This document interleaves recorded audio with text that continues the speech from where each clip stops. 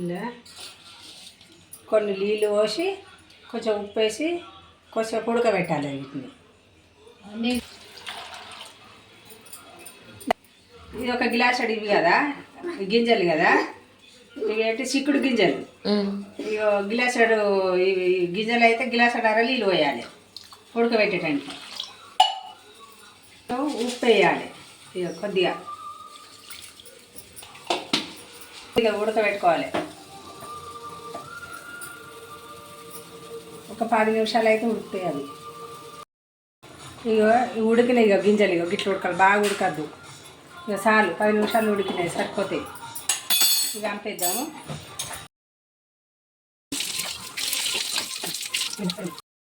ఇట్లా కోసుకోవాలి మిరపకాయలు గ్రైండర్ పెట్టడానికి.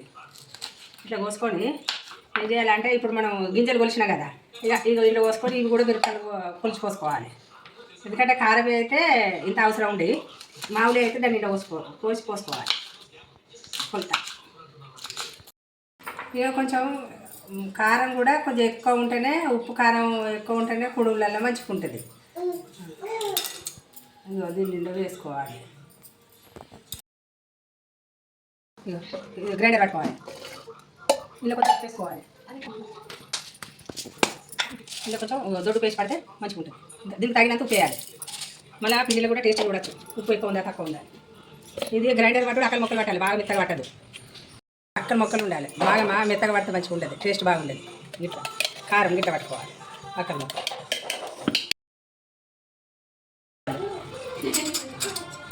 ఇలా ఉల్లాకులు కొత్తిమీరాకు కొద్దిగా జీలకర్ర వేయాలి, ఏం వేయాలి. ఇక గిట్ల కట్ చేసుకోవాలి. ఉల్లాకులు కొత్తిమీరాకు ఎంత ఉంటే అంత మంచిగా కుడుములు.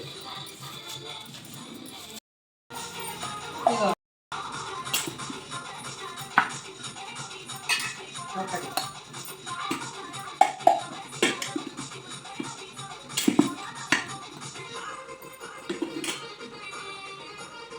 ఇక 2 దీంతో 2 వచ్చిన ఇది ఒక గ్లాసా, ఈ 2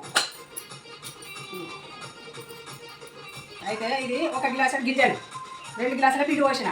ఒక్కొక్కరికి 2 గ్లాసుల గింజలు అయితే 4 గ్లాసుల పిండి పోసుకోవాలి.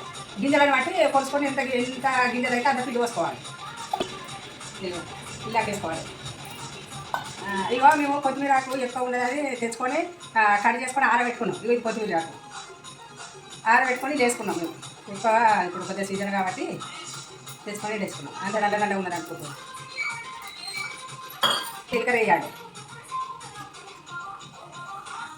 జీలకర్ర ఇవి కలపాలండి. ఇక కారం పట్టింది కదా, ఇక కారం వేస్తాను. కారం కొంచెం తక్కువ ఉన్నా మళ్ళీ కొంచెం మిరపకాయలు గ్రైండర్ పట్టేసుకోవచ్చు. ఉప్పు తక్కువ ఉన్నా ఉప్పు వేసుకోవచ్చు. ఇంకా కలుపుకోవాలి. ఇక అంత మంచిగా కొద్దిసారి టేస్ట్ చూడాలి పెట్టుకున్నది. ఇలా నీళ్ళు ఎక్కువ పట్టి కొంచెం గట్టిగా ఉండాలి పిండి. కుడుములకు కొద్దిగా నూనె పోసి గట్టిగా ఉండాలి. పోసుకుంటా మన చపాతి పిండి వేసుకున్నట్టు తీసుకోవాలి, రొట్టె పిండి వేసుకున్నట్టు బాగా మెత్తగా తీసుకోవాలి, గట్టిగా ఉండాలి. 2 చేతులకి ఇట్లా తీసుకోవాలి. ఇట్లా 2 చేతులు తీస్తే పిండి మంచిగా తీసుకుని పడుతుంది. ఇక నీళ్ళు పోయాది దీనిలో. ఇక కొంచెం నూనె వేసి ఇక కొంచెం నూనె వేసుకోవాలి.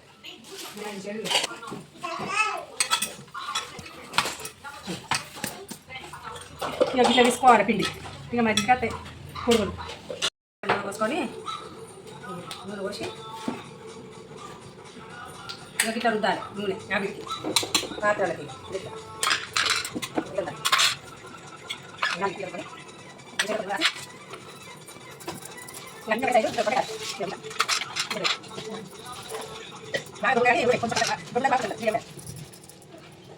నూనె వేసుకోవాలి.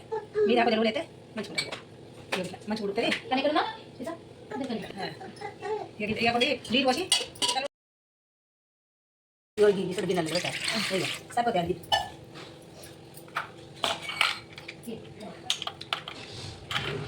ఇడ్లీకో పావు గంట పెడితే దీనికి అరగంట పెట్టాలి.